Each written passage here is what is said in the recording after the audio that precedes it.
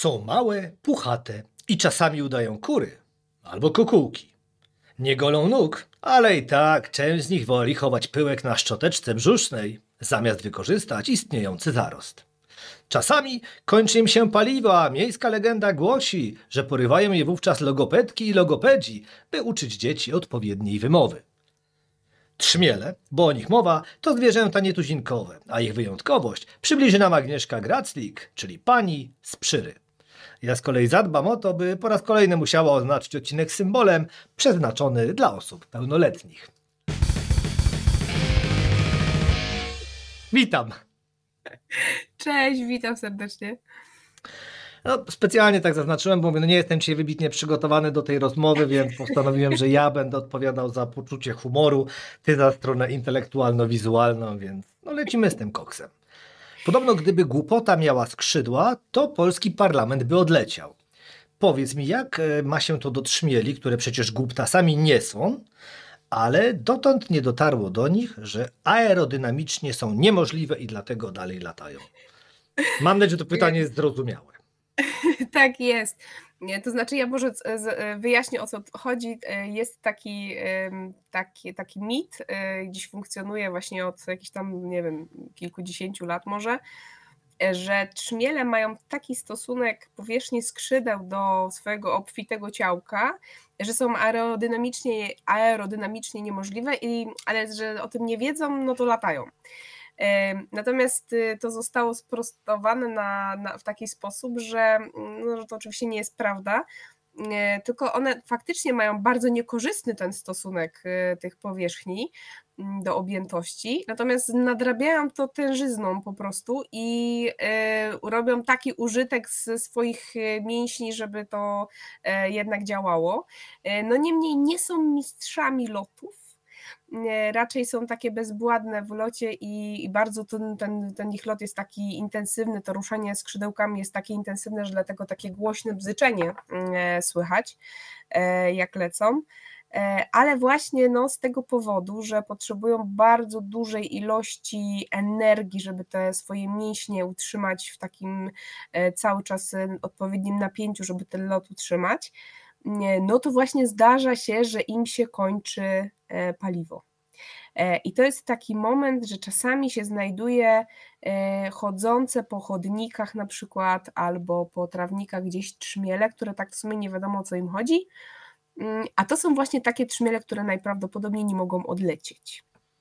I to była taka jedna z rzeczy, którą zawsze sprzedawałam dzieciom, jak miałam jakieś zajęcia, że można sobie takie coś fajnego zrobić, to jest bardzo satysfakcjonujące, jak się to ma, czyli nosić przy sobie odrobinę albo wody z cukrem, albo wody z miodem, jakieś takie malutką, ja miałam taką probóweczkę malutką, nosiłam.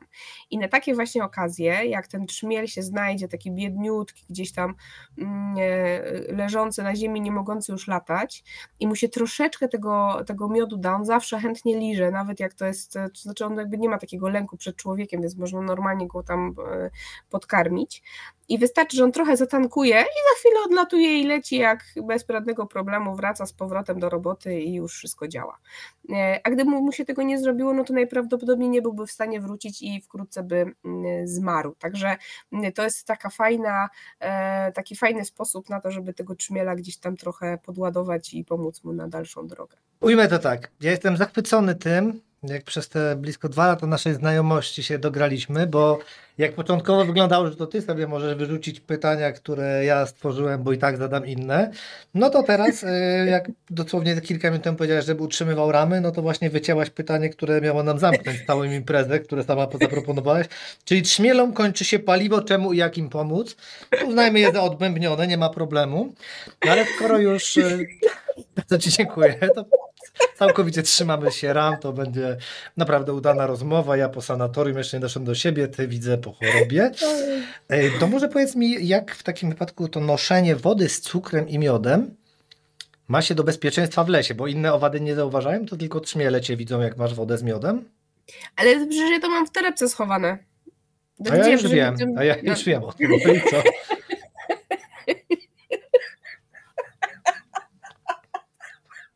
Oj, to będzie ciężka rozmowa faktycznie. Już widzę. A teraz jeszcze mi przyszła jedna rzecz, której nie powiedziałam tam przy okazji i nie wiem, czy nie spalę kolejnego pytania. Słucham cię, no po prostu.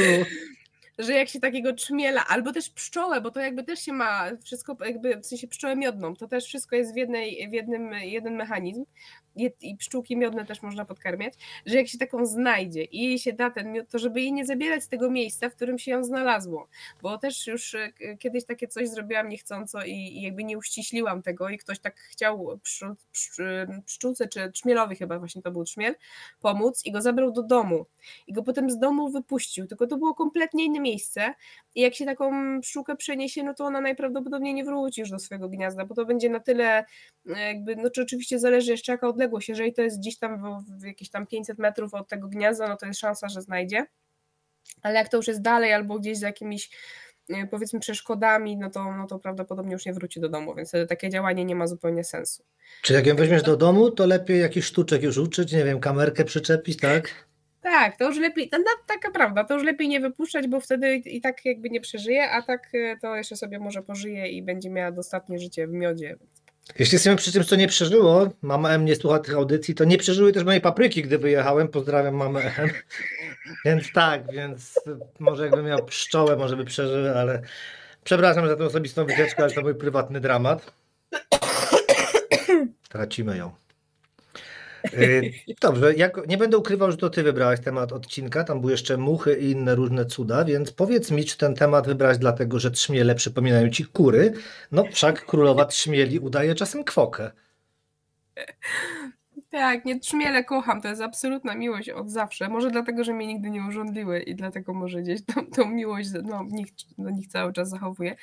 Tak, a ta sprawa z tą kwoką, z tym, że trzmiele są kurami, zachowują się jak kurki, to jest jedna z najsłodszych w ogóle historii, jakie w życiu słyszałam i to jest taka absolutnie obłędna ich cecha. No mianowicie one w tej chwili już wylatują.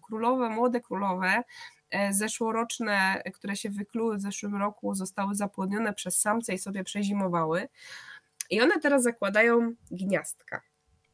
I takie gniazdka, oczywiście to tam u różnych trzmieli różnie bywa, natomiast one najczęściej są w takich norkach, w naszym kraju są w norkach w ziemi robione i taka królowa młoda, która zakłada gniazdo, wykopuje sobie norkę. Najpierw tą norkę sobie pięknie, albo korzysta z jakiegoś otworu, tam niekoniecznie musi wykopać.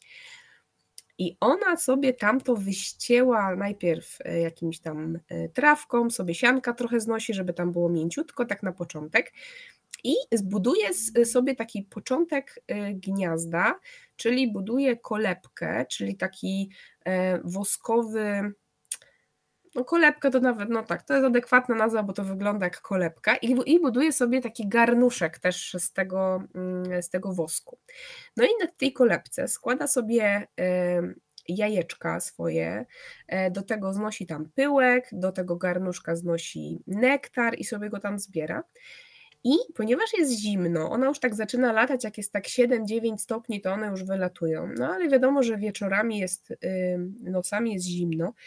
I taka pszczela, znaczy się trzmiela królowa, potrafi ruchami swoich mięśni, napinaniem, drżeniem tych mięśni wygenerować temperaturę ponad 30 stopni. I ona nad tymi swoimi dziećmi siedzi i je grzeje, tak że one mogą sobie spokojnie dojrzewać, nie przemarzają. I kiedy już się wyklują, to pierwsze pokolenie jest najczęściej mniejsze, te pierwsze robotnice, które się takie budżetowe wykluwają, pierwsze córki do pomocy, to one są takie raczej drobniutkie, malutkie, jeszcze trochę niewydarzone. Przy tej swojej wielkiej mamie zwłaszcza to widać. Właśnie potem można poznać, że to pierwsze pokolenie się już pojawia. No i one wtedy już przyjmują robotę, już zaczynają latać po jedzonku, a mama już tylko siedzi w gnieździe i kolejne młode produkuje. Także to jest takie kurze dla mnie mocno zachowanie z tym wysiadywaniem, grzaniem tego swojego potomstwa. No słodycz absolutna i jakby trudno tutaj się nie zachwycić nad tymi trzmielami. A ja ostatnio widziałem z pszczelarzem młodszym właśnie taką matkę i tak się zastanawiałem, czy dobrze mi się wydaje, że ona już jest przebudzona i tak, już latają, też widziałam, też mam na działce, już zaczynam nabudować gniazdo. Mówię o domu, czego ty nie masz na działce. No to to wiadomo, to przepraszam, że w ogóle wyskoczyłem stąd tutaj. To teraz inne pytanie, też poważne i wiesz, że na nie odpowiesz. Czy to prawda, że trzmiele lubią erotyczne eksperymenty i bawią się kulkami analnymi? Po twoim śmiechu mam wrażenie, że widocznie pomieszało mi się pytanie z wyszukiwaniem. To powiedz mi, co tam z tymi kulkami te puchacze robiły, bo coś takiego napisałaś. O co chodziło? Przeprowadzono przecudny eksperyment. Przy okazji jakiegoś tam innego badania na trzmielach odkryli naukowcy, zauważyli, że trzmiele lubią się bawić, znaczy się dużo czasu spędzają przy takich, jakieś tam były elementy eksperymentu, były takie kulki drewniane. No i stwierdzili, że to trochę wygląda tak, jakby one się bawiły. No i postanowili to przetestować. I dali tym trzmielom takie pole jakby do zbierania jedzonka, bo tam mi się pyłek wystawia i wystawia się tam czy miód z wodą, czy cukier z wodą. Także one nie miały jakoś za dużo roboty, te trzmiele, i mogły sobie po drodze do tego miejsca, gdzie tam, to było takie połączone komory, i po drodze do tego miejsca, gdzie one sobie zjadały, to jedzonko sobie zbierały i zabierały ze sobą do głównego gniazda, to po drodze im wstawili takie pomieszczonko malutkie z kulkami drewnianymi różnej wielkości. No i się okazało, że te trzmiele jakby zalatywały sobie do tego pomieszczonka i sobie tak turlały te kulki. No i żeby coś miało znamiona zabawy, to musi spełnić kilka różnych podpunktów, między innymi nie może być jakby z tego bezpośrednia jakaś korzyść, czyli nie może być za to jedzenie, no bo wtedy wiadomo, że to jest po prostu, żeby dostać jedzenie. Musi się odbywać tam co najmniej chyba 2 czy 3 razy, oni tak sobie to wzięli jako taki punkt. No i tam na przykład były takie osobniki, które potrafiły tam 40 ileś razy podlecieć do tych kulek, tylko po to, żeby je sobie potoczyć. Wyszło na to, że młodsze osobniki częściej to robią niż starsze. I trochę też była taka teoria, że być może to jest też takie trochę dla nich ćwiczenie, bo takie wskrobywanie się na tą kulkę może jakby też takie skille trenować, jak łapanie kwiatka, żeby dobrze tam ten pyłek zebrać i tak dalej. Ale prawdopodobnie to mogą mieć jednak znamiona bardziej takiego wyżycia się, czy gdzieś tam wykorzystania tej energii. No i w pewnym momencie zrobili tak, że te kulki były w jakimś określonym kolorze, zdaje się żółtym, ten pojemnik taki przechodni był żółty. No i potem trochę im przearanżowali im to całe pomieszczenie, w którym one miały ten eksperyment, no i się okazało, że od razu odruchowo leciały do tego żółtego, nie do tego, gdzie było jedzenie od razu bezpośrednio, tylko leciały się pobawić najpierw do tego żółtego pojemnika i poturlać sobie kulki. Ciekawe, są jakieś nagrania z tego? Są boskie, no cudowne są, w ogóle bardzo polecam, bo to jest prześmieszne, jest takie właśnie pudełko z kulkami i prawie na każdej kulce siedzi trzmiel i ją sobie toczy. Ja bym sobie obejrzał i w tle puścił Eye of a Tiger, wiesz, tak po prostu, jak one trenują, bo tak od razu bym sobie wyobrażał, jak piszesz, jak to tyrają na siłowni. Tak, zrób i wrzuć od razu ten filmik, bo to będzie cudo, nie, to cudne są. Typowałem pszczelarzowi starszemu, bo on w sumie jest lepszy ode mnie w te klocki i faktycznie może tak spróbuję, bo kurczę, bo to brzmi naprawdę, ja bym obejrzał, nie? No dobrze, a teraz prosimy dzieci, by przez sekundę nie słuchały, bo trudne się wylosowało. Agnieszko, jak to jest z awansem poprzez ucieczkę z domu? Tam. To jest taka ciekawostka, którą ja gdzieś tam przy tym moim nieszczęsnym doktoracie, jak pisałam, znalazłam, bo jak ktoś słuchał naszej rozmowy o mrówkach, to ja tam opowiadałam, że jest coś takiego, że robotnice u owadów społecznych mają różne zadania. Są takie, które się opiekują młodymi, są w gnieździe i to jest taka lepsza robota, bo tam bezpieczniejsze są, ale są też takie, które muszą zdobywać jedzenie, wylatywać i wiadomo, są bardziej narażone raz, że na stratę energii, na śmierć właśnie z jakiegoś powodu i to jest ta mniej fajna praca. No i się okazuje, że wśród trzmieli zdarza się, zresztą nie tylko u nich, ale akurat u trzmieli tą pracę czytałam, gdzie to było opisane, że w ogóle u pszczółmiony, u trzmiela jest ten podział wynika z wieku, czyli jak jest taka robotnica jest cenna dla gniazda jeszcze i młodziutka, no to się zajmuje tym w środku gniazda, a jak już się robi stara i mniej ważna, mniej cenna powiedzmy, no to wtedy już nara i zaczyna pracować na zewnątrz. No i okazuje się, że takie czasami się zdarza, że trzmiele z jednej rodziny lecą do innej rodziny i to ciekawe nawet niekoniecznie ze własnego gatunku, ale przylatują jako taki tutaj ktoś z prezencikiem, bo przynoszą jakieś tam przy okazji pyłek, nektar też ze sobą i są wpuszczane do tego gniazda i tam jak zaczną robić, podejmują robotę tej lepsze, czyli tej wewnątrz gniazda, przepraszam, to nikt im jakby nie przeszkadza w tym i no spoko, w sumie czemu nie, możesz sobie tutaj u nas pracować. Jakby dodatkowa siła robocza, kiedy nie jest w tej takiej zwykłej hierarchii rodzinnej, tylko ktoś sobie z zewnątrz wchodzi, to w sumie nikt nie ma pretensji do tego, że sobie będzie robiło jakąś taką bardziej fajną robotę, no bo w sumie i tak jakby jej nie było, no to żadna strata dla gniazda. Także tak sobie cwaniaczą i się zdarza, że sobie zmieniają gniazda, idą do innej rodziny i już tam zostają. Ciekawe, czy to działa też na przykład w Biedronce, że wiesz, że z jednej do drugiej jeździ, teraz ja tu jestem kierownikiem. To by było. Wiesz, też owad, wiesz. No. Ja aż tak się nie znam na owadach, strzelam. Ja bym chciał. Został kierownikiem Biedronki jak Petru prawie. Dobrze, to teraz dzieci możecie wracać. Pani z Przyry, ale jestem w ogóle optymistą, że ktoś oprócz nas tego słucha już po prostu, ale będę tak dalej w to szedł. Więc dzieci wracajcie, pani z Przyry będzie mówiła o ważnych rzeczach. I teraz, no dobrze. A jak i czego uczą się trzmiele? To jest też super fajny eksperyment, bo w ogóle trzmiele są całkiem inteligentne i one w ogóle tak fajnie kminią. To nie jest tak, że one tylko przychodzą i jakby tak z automatu podchodzą do rzeczy, tylko kombinują. I właśnie zrobili taki eksperyment, że wzięli taką płytkę pleksji i pod tą płytką umieścili krążki wypełnione jakimś tam słodkim czymś, miodem. Takie po prostu talerzyki zrobili z jedzonkiem i do każdego takiego talerzyka był przyczepiony sznureczek. No i teraz, żeby trzmiel, żeby mógł wyjąć sobie to jedzonko spod tej płytki pleksji, nikt, który nie mógł sięgnąć w żaden inny sposób, no to musiał pociągnąć sobie za ten sznureczek.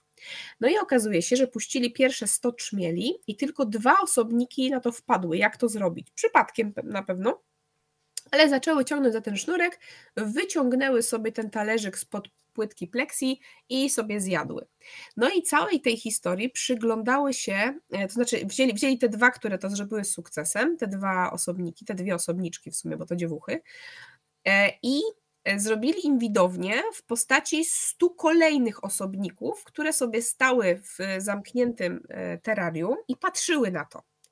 No i się okazuje, że w tej grupie, która patrzyła, nikt sama tego nie doświadczała, tylko obserwowała te 2 osobniki, które wiedziały, jak to wyciągnąć i wyciągały to talerzyki i sobie szamały, to z tej grupy aż 60% zakumało od razu, jak to zrobić. Czyli one przez obserwację się nauczyły tego, że muszą podlecieć, pociągnąć za sznureczek i wtedy dostaną szamkę. I to był pierwszy eksperyment, a drugi to był taki bardzo ciekawy system, że trzmiel musiał przepchnąć jakby 2 przeszkody i jedną, jak przepchnął, to jeszcze nie było nagrody, dopiero jak drugą przepchnął, to była nagroda i one również się potrafiły nawzajem uczyć i sobie nawzajem pokazywać, jak to zrobić, czyli to takie troszeczkę jest no trochę ludzkie jakby, nie? Bo to jednak takie bardzo typowe dla społeczeństwa ludzkiego to uczenie się nawzajem, uczenie przez obserwację i takich nieszablonowych rzeczy też, bo jednak to wymagało zupełnie oderwania się od takich tradycyjnych dla trzmiela zadań, nie? To bardzo ciekawe, co mówisz, faktycznie, to tak zaskakujące, ale dzięki temu tak przypomniałem mi się jakby eksperymenta, to nie wiem, pewnie słyszałeś o tym słynnym eksperymencie Różalskiej Paliczek, kiedy właśnie do tych logopedów teraz mogę nawiązać, kiedy wyłapywali te trzmiele na jednej z łąk i później przynosili te trzmiele w takich pudełkach po zapałkach do grupy swojej terapeutyczno-logopedycznej. I najpierw, bo tutaj ważne skąd się wzięło słowo trzmiel, ono się wzięło od słowa czmel, które pochodzi od czmicz, czyli szumieć i uczyli te dzieci, najpierw musiały wymawiać te trudne nazwy, co im oczywiście nie wychodziło, a następnie próbowały naśladować bzyczenie tych i faktycznie były podobno świetne efekty. W sensie, że zaczynały mówić, tak? Lepiej, tak. Tego trzmiela. No całkiem możliwe. No ciekawe. Wiesz, to nie, myślałem to całkowicie, bo chciałem to wyrównać za to, że mi pytanie ukradłaś. I bujaj się. Wiem do tego czasu, nadrabiam ten czas, a po prostu nie mam przez ciebie tych pytań tylu, wiesz. Kurczę, dobrze. Ale jedno tylko wykorzystałem. Ale ja chciałem na koniec, wiesz, jest mi teraz przykro po prostu i dam na koniec jakieś inne, smutne i wszystkim będzie smutno. To nie wiem, może Proszę się tym nie śmiać, ja tu dramaty przeżywam. Ta audycja będzie krótka, już jest intelektualnie po prostu trudna, delikatnie rzecz ujmując. Jak to z tym żądleniem jest? I teraz mówię już prawdę, już nie zmyślam, bo gdy wpisałem sobie w Google hasło ciekawostki o trzmielach, autentycznie pojawił się przegląd od AI. To mnie zaskoczyło, dlatego postaram się z tym podzielić. I tak, cytuję, trzmiele mają żądło służące im do obrony. Urządzenia tych owadów są bardzo bolesne. Też To na to trafiłam. Proszę, też? Też trafiłam na to, bardzo bolesne. Kurczę, i właśnie pod spodem było, że hasło, które wygrało, królowa trzmieli może żyć nawet rok, przetrwując zimę w hibernacji. I powiem ci, tu AI mnie zaskoczyło. No ja jednak wolę to żądlenie od przetrwania, które sobie zapisuję mimo wszystko. Czyli tak w skrócie, czy, kiedy i jak żądlą te trzmiele? Trzmiele żądlą, w przeciwieństwie do pszczół, nie mają takich zadziorów na żądłach, więc te żądła im się nie wyrywają im półtyłka przy żądleniu i nie zostają w ranie. Natomiast one żądlą, no tak jak latają, czyli tak trochę, to są takie pierdusie po prostu, które no jakby...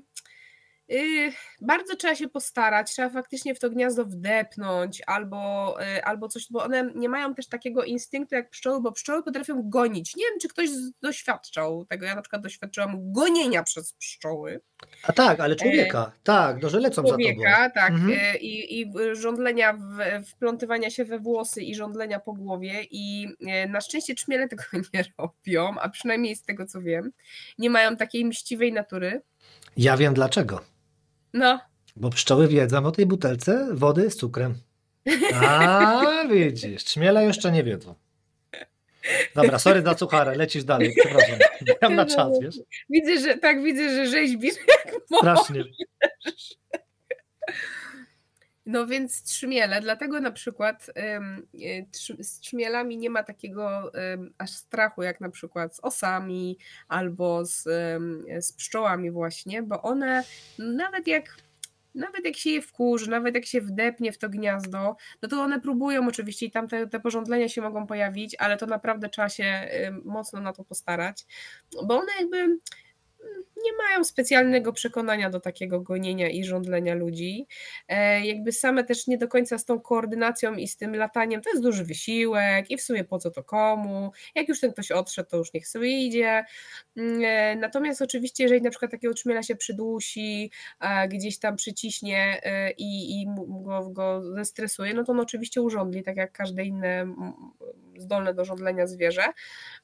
Aczkolwiek, że się nie mam osobistych doświadczeń, bo mnie trzmiel nigdy nie urządlił, ale kiedyś testowałam z kolegą żądlenia pszczoły murarki, bo mój kolega, na szczęście mu to przeszło, to właśnie Michał Michlewicz od Mrówek, którego polecam, pozdrawiam, chciałam powiedzieć nieustannie, polecam też jak najbardziej do wszelkich osich i mrówczych rzeczy, bo to jest mój konsultant główny. Natomiast kiedyś on miał taki pomysł, żeby przetestować tą skalę Schmidta samemu, czyli tą skalę bólu i pamiętam, że próbowaliśmy go urządlić pszczołą murarką i naprawdę był to dosyć trudne zadanie, ponieważ pszczoła bardzo mocno się wzbraniała od tego, żeby użyć żądła, mimo że to nie jest dla niej jakby śmiertelne i ona sobie spokojnie daje radę dalej. Natomiast to naprawdę wymagało mocnego wkurzenia tej pszczoły, żeby ona w końcu postanowiła urządlić. Także te zwierzęta, które nie mają specjalnie dużo do stracenia, tak jak pszczoła miodna, to jednak dużo ma do stracenia i to jej gniazdo to jest taki naprawdę rzecz, która i przetrwa zimę i to musi być bezpieczne i bronione. To taki trzmiel, który zakłada sobie to gniazdo na rok tylko i to takie wszystko jest, on tak się specjalnie nie przejmuje, więc te urządzenia to takie jest. Nie ma się zobaczyć. A które gryzą? Trzmielce gryzą? Dobrze, bo których gryzą, których żądlą? Tam też takie coś chyba u nich było. Wszystkie mogą ugryźć jak chcą, one wszystkie mają żuwaczki. No to właśnie ja go pytam, czy ktoś wybiera to gryzienie, wiesz. A tego to nie wiem, bo jakby nie wiem, czy mnie pogryzło coś. Mrówki mnie tylko gryzły. A tak to chyba z tych wszystkich żądlących to nie. Nie wiem, nie powiem, nie wiem. Dobra, już nie zmyślam pytań. Już nie zmyślam, możesz śmiało odpowiadać. Teraz to nie jest nic podchwytliwego. Już teraz, gdybym miała chociaż odrobinę siły jakiejś intelektualnej i była w stanie jakąś podejrzliwość w sobie uruchomić, to bym ją właśnie uruchomiła, ale niestety to jest przegrana sprawa po prostu, bo no dobrze. Nie ma takich mocy przerobowych. Wiesz co, to żądlenie to jest taka rzecz, która zawsze zmniejsza sympatię do owadów, no nie? Ale z tego co wiem, to nie brak sympatii jest powodem problemów naszych trzmieli. Dlaczego te takie bombusy są w ogóle zagrożone wyginięciem? Bo to w sumie też jest zaskakujące. To jest bardzo oczywiście wieloaspektowa sprawa, jak wszystko w przyrodzie. Utrata siedlisk na pewno, utrata odpowiednich też roślin, bo one jednak są tam dosyć wybiórcze, jeśli chodzi o rzeczy, z których pobierają sobie ten nektar, ale na przykład też one łapią choroby pszczele, więc w miejscach, gdzie są pasieki, nie powinno się tych trzmieli, trzmiele się tam źle mogą mieć, bo mogą się zarażać też od pszczół. Zanieczyszczenie powietrza i to jest dosyć duży problem. Tam zdaje się kiedyś robili takie fajne badania czy fajne, straszne i badali te kulki pyłku, czyli te obnóża pyłkowe tak zwane, które pszczoły czy pszczoły miodne i trzmiele noszą na tych nóżkach. I tam wyszło, że one w każdej takiej kulce mają minimum 6 różnych cydów, tak? Herbicydów, pestycydów i tych wszystkich innych cydów, wszystkich tam chemicznych środków ochrony roślin. I to wszystko sprawia, że one na przykład trochę jak pijane się zachowują, nie mogą wrócić do gniazda, jakieś zatrucia takie, to jest norma. No i plus jakby teraz przez to, że jest urbanizacja, ale nawet nie tyle urbanizacja, co raczej takie namiętne sprzątanie przestrzeni, układanie jej, wszystko jest takie wypielęgnowane trawniczki, klombiki, wszystko jest posprzątane. To sprawia, że coraz mniej jest takich miejsc nieużytkowych i zapuszczonych, powiedzmy w cudzysłowie, bo to są takie najlepsze miejsca dla ogólnie owadów i dla trzmieli też. I w momencie, kiedy tego braknie, no to one sobie coraz mniej radzą, zwłaszcza te rzadsze gatunki trzmieli. Wszystkie trzmiele w Polsce są pod ochroną częściową, więc też jakby tutaj państwo stara się wspierać je nadal, ale to no, nie wszystkie są w bardzo złej sytuacji, ale no mimo wszystko dobrze byłoby je wspierać jednak, nie, żeby sobie radziły. Państwo je wspiera, jak to jest 800 plus dla trzmieli, czy jak? Bo ja nie wiem, jakie mogą To wspierać. powinno być. Ja bym dał, ale nie, bo teraz... Każdy by chciał, nie? Ja dlatego teraz tutaj nie, że gram na czas, żeby odcinek, ale po prostu ja autentycznie i tu pochwalę z mojego czasopisma, które mam, czyli pasiekę, którą wziąłem, przy tych polskich osiągnięciach w udomawianiu trzmieli, faktycznie była taka informacja i gdzieś to zaraz znajdę.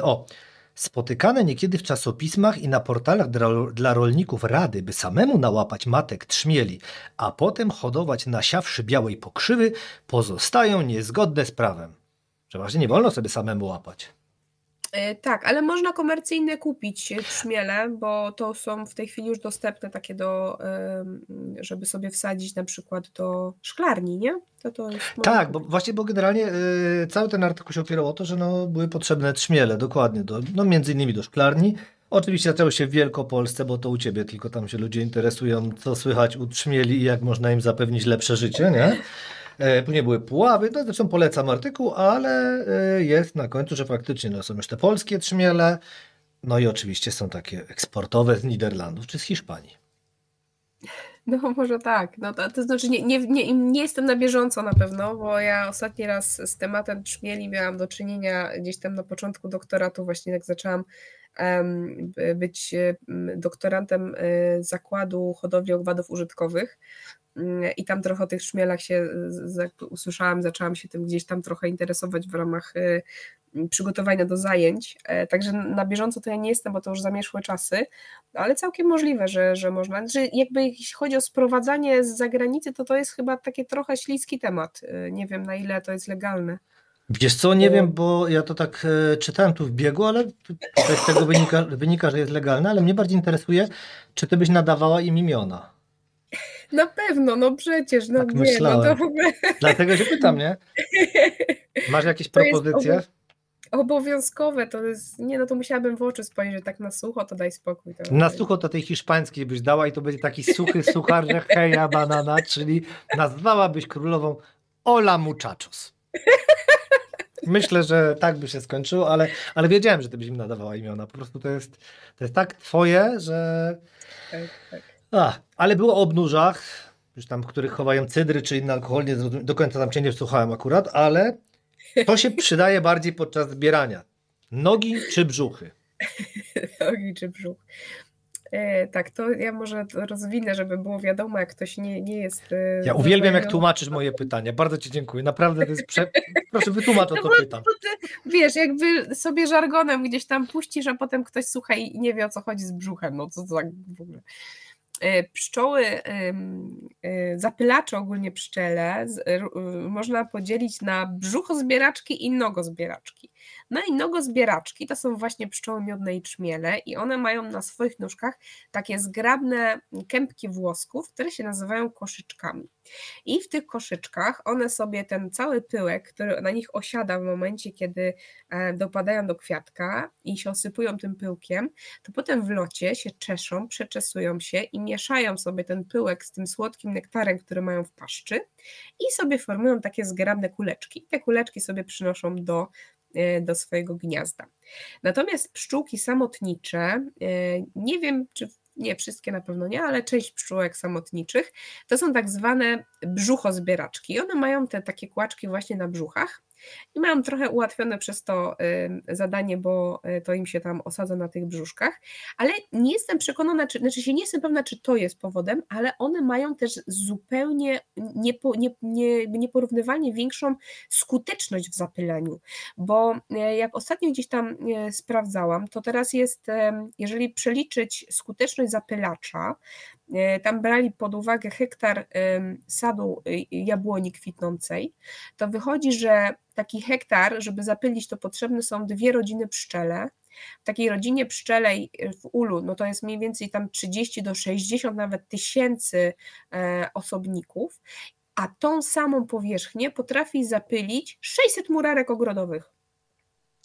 Czyli w ogóle no jakby skala niesamowita. Także być może to jest przez to, że one ten pyłek mają, może nie wiem, szczerze mówiąc, czy to jest ten mechanizm, czy one po prostu mają więcej czasu, bo jednak nie muszą miodu robić, wachlować tego miodu, dbać o swoje gniazda i tak dalej, tylko się skupiałam tylko na zbieraniu tego miodu i pyłku, żeby szybko zrobić tam komory dla swoich dzieci, więc może to jest kwestia tego. Natomiast faktycznie, że na tym brzuszku tak sobie zgrabnie tam pakują i na tym brzuszku przenoszą ten pyłek i sobie go gromadzą, na przykład tak jak murarka w słomkach.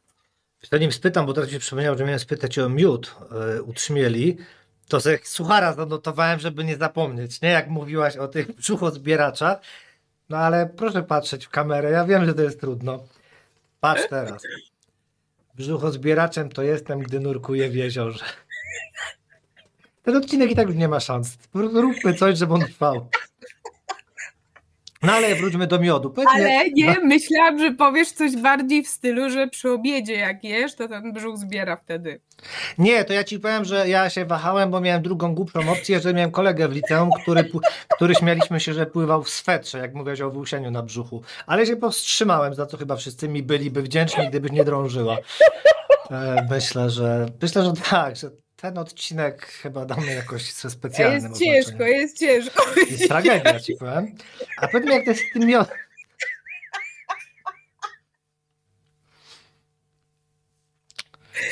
To z tym miodem ja bym się chciał dowiedzieć, czy te trzmiele robią, czy nie, bo są różne opinie. One nie zagęszczają tego nektaru tak jak zagęszczają pszczoły, więc on jest taki mocniej uwodniony i one mają takie, nie mają takich zgrabnych plastrów jak pszczoły, także tam piękne te komórki, takie równiutkie wszystkie, tylko one mają takie banieczki, całe to ich gniazdo to jest w ogóle taki wygląda jak taki zbiór banieczek takich posklejanych. I tam ten nektar jest zbierany właśnie w takiej mocno płynnej formie i to jest na plus dla nich, bo nikim się raczej, bo to nie włamuje do tej chaty, bo to nie jest aż tak atrakcyjne jak ten miód jednak, więc to jest akurat tam dla nich korzystne. No dobra, no tak myślałem, że też się okaże ciekawszego, ale niepotrzebnie pytałem jednak. Dobrze, a jak pomóc ćmielom, bo tak napisałaś, i innym zapylaczom? Ale bardzo proszę, zachowaj powagę przynajmniej ty. Jak pomóc ćmielom i innym zapylaczom?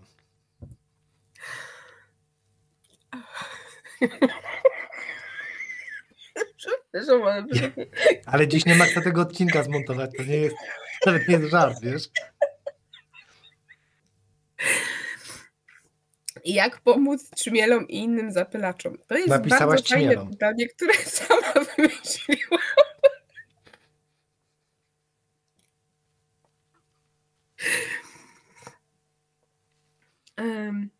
Więc tak, podstawowe rzeczy, które my jesteśmy w stanie jako ludzie w ogóle ogarnąć, to są te związane z siedliskiem i z pożywieniem.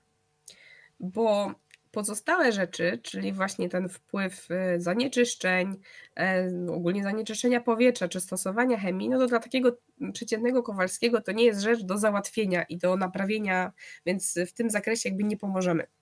Natomiast możemy zrobić proste rzeczy, czyli właśnie na przykład zapewnić zapylaczom miejsca do składania jajek, do wychowywania swoich młodych. Możemy im też zapewnić lepszą dostępność do pokarmu.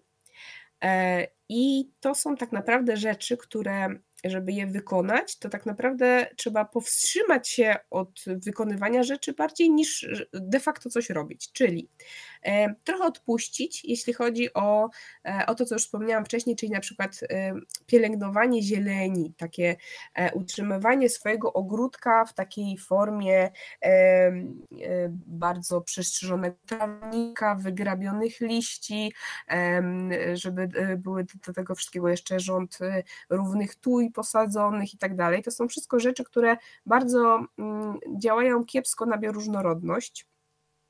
Zmieniają, znaczy tam jest wtedy tylko jakaś określona ilość kwitnących rzeczy, które próbują gdzieś tam jakieś chwasty sobie kwitnąć, ale to są bardzo małe ilości. Natomiast jeśli trochę odpuścimy, jeśli pozwolimy liściom leżeć sobie gdzieś tam pod płotem i butwieć i pozwolimy, żeby tych zwierząt tam troszeczkę naszło jakiś, czy skorków, czy os nawet, to ta zwiększona bioróżnorodność wpływa bardzo korzystnie i takie miejsce się natychmiast robi bardziej przyjazne dla innych zwierząt.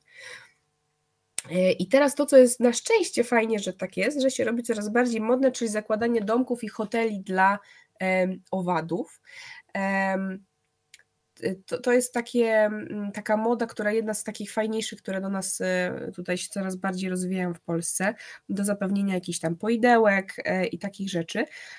Natomiast często się pojawiają zażalenia, że ktoś tam wystawił sobie dla pszczół hotel właśnie, albo domki jakieś tam coś porobił, a tam się jakieś osy zalęgły, a tam jakieś skorki właśnie się zalęgły, a to trzeba było wyrzucić, bo właśnie coś tam innego, nie to co miało się zalęgło, a to tak nie działa, bo również takie zwierzęta są jak najbardziej potrzebne i one też świetnie wpływają na tą bioróżnorodność, one też ograniczają szkodniki w cudzysłowie oczywiście. Także to są takie fajne rzeczy, które można, jakieś drobne kroki, które można podjąć właśnie, nawet jeżeli ktoś mieszka w bloku, to można sobie wywiesić dla murarek słomki, w sensie takie trzcinki, tak, poprzycinane. Tam musi być minimum 8 mm średnicy i one sobie tam przylecą, one sobie tam złożą swoje jajeczka, one sobie tam te swoje dzieci zabetonują żywcem przy pomocy gliny, i one sobie w ten sposób przeczekają do kolejnego roku i sobie wylecą. Więc to są takie rzeczy, które można, takie drobne jakieś kroczki podjąć i gdzieś tam te zapylacze wspierać. I również właśnie fajna rzecz z tymi łąkami kwietnymi, które teraz coraz też się częściej pojawiają już takie pomysły, zamiast takich wypielęgnowanych trawniczków, to trochę pozwolić i ta łąka kwietna, to nie muszą być najpiękniejsze na świecie maki i jakieś tam super ozdobne kwiaty, tylko właśnie takie drobne, jakieś białe, liche kwiatuszki, które nie robią specjalnie wrażenia, to one są bardzo fajnym pożytkiem również dla pszczół i gdzieś tam je fajnie wspierają i pomagają im przetrwać. Te słomki to dla kogo były? Możesz powtórzyć? Dla murarek ogrodowych słomki. A dla naszych dzieci to też działa, że tak dopiero na wiosnę wrócą, bo kuszące. Jak dobrze zamurujesz, to myślę, że tak, tylko nie brnijmy w to, bo ja nie mam jak wyciąć, zapomniałem. Ty, nie brnijmy w to, poczekaj, bo ja widzę, ty rozpędzisz. Nie, przerywamy. To teraz jest tam takie pytanie, Trzmielom kończy się czasem paliwo, a nie, zaraz nie mam tego pytania. No nie mam tego pytania. To wiecie Państwo, to ja teraz najpierw, jeszcze wrócimy, bo będą jeszcze 2 prywatne pytania w zamian za to. Ja tylko przypominam, że tam wszystkie te subskrypcje zachęcamy na każdej platformie, kanale, gdzie nas słuchacie. Jeśli już doszliście do tego momentu, to znaczy, że jesteście na tyle odporni, by słuchać też wcześniejszych i późniejszych odcinków. A teraz osobiste będą pytania do Ciebie. 2, bo mi takie wpadły. Pierwsze, jak na to, że wybraliśmy ćmiele, wpływa Twa słabość do tej wymowy? Bo wiem, że lubisz osoby, które mówią per ćmiel zamiast trzmiel.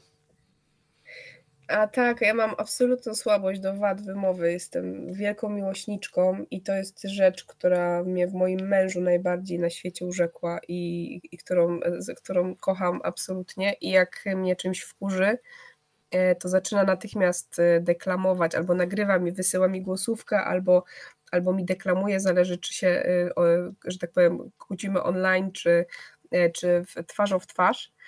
I wysyła mi nagrania, bo mój mąż ma najcudowniejszą wadę wymowy, jaką w ogóle kiedykolwiek słyszałam, czyli nie mówi szyczy, tylko mówi szyty,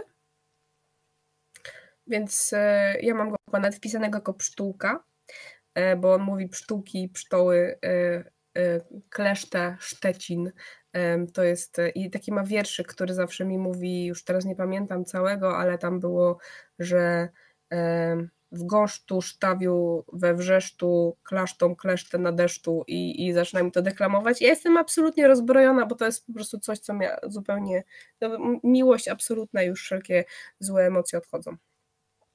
Ja szukam odcinka, bo chcę go, wiesz, zareklamować, że był tutaj, jakby Państwo chcieli usłyszeć, jak pięknie mówi, bo to musisz chcieć. Ale tam się pewnie postarał nie mówić, tak, bo w ogóle jest, nie mówił właśnie, wiesz no, co, ale może ktoś wyłapie. To ludźmi, polecam, Michał Baranowski, Nie było rzezi niewiniątek, a ja przez moment się obawiałem, że ty powiesz, jak cię wkurzy, to ty na przykład idziesz sobie posiedzieć, wiesz, w poczekalni u logopedy, nie? I po prostu to by było creepy, nie? Ale zostawmy te tematy, już 40 minut, teraz nie musimy już tak płynąć. Więc pytanie ostatnie, które też jest bardzo osobistym, nie wiem, czy będziesz chciała się nim podzielić. Był taki głupi żart kiedyś, że pani w szkole pyta dzieci, jak robią różne zwierzątka. I tam pierwsze dziecko pyta, jak robią pszczółki, tam i Alinka mówi, pszczółki robią bzz, nie? Jak robią kotki, no i Anetka mówi miał, miał. A jak robią pieski, no i Jasiu mówi na glebę i ręce na głowę. Więc teraz pytanie brzmi, jak odpowiadają twoje dzieci na pytanie, jak robi mama? Tak, mój starszy syn mnie troluje i jak młodszego uczymy, jak mówią różne zwierzątka, bo młodszy ma 2 lata, to starszy się zapytał, jak robi mama i sam sobie powiedział, zamknij paszczę. I to jest rzeczywiście rzecz, którą moje dzieci słyszą dość często, zwłaszcza starszy, ponieważ on mówi bezustannie. To jest po prostu dziecko, które cały czas gada. Także takie komunikaty wysyłam, kochana mama, zamknij paszczę. Co powoduje, że dlatego się rzadziej z nim spotykam, bo gdyby to już byłoby za duże na tymże mówienie, ale skoro już jestem przy dzieciach, to teraz mi się przypomniało, że nic nie mówiliśmy o pasożytach gniazdowych, to tylko przypomnę, że trzmielce są pasożytami gniazdowymi i trzmielom się wbijają do gniazd. Dobrze pamiętam? Tak. To w ogóle pasożytnictwo gniazdowe to jest w ogóle mega temat, ale nie wiem, czy jestem w takim stanie. Spokojnie, wrócimy do niego. Mamy dzisiaj już spokojnie, zapiszemy. Bo już trochę taki zjazd. 43 minuty po prostu mocnego towaru dla ludzi, którzy po prostu nie wiedzą, co zrobić z weekendem, a nie chcą po raz 16 oglądać Leslie'ego Nielsena, to posłuchają sobie tej intelektualnej uczty. Dziękuję im wszystkim, a szczególnie dziękuję Tobie, że przyszłaś i podjęłaś wyzwanie. Ja bardzo serdecznie przepraszam, bo to jest tak, że naprawdę jest mocny rozkład umysłowy i po jednej i po drugiej stronie ekranu dzisiaj. Ale to jest związane z chorobami i to nie jest chyba tak źle jak przy nietoperzach, ale na pewno nie było dobrze. Znaczy przy nietoperzach nie wiedziałem za bardzo, co się dzieje, ale dzisiaj wiesz, przynajmniej panuję nad czasem, więc ja uważam, że jest okej. Po prostu jesteś w podobnym stanie intelektualnym i to dlatego. No ale czas ogarnia, więc nie rób scen. Bardzo wszystkim dziękuję i jeszcze raz przepraszamy, ale No cóż, no to skrócę to, bo ty będziesz tu się chichrała. Do następnej razy. Do widzenia, pozdrawiam.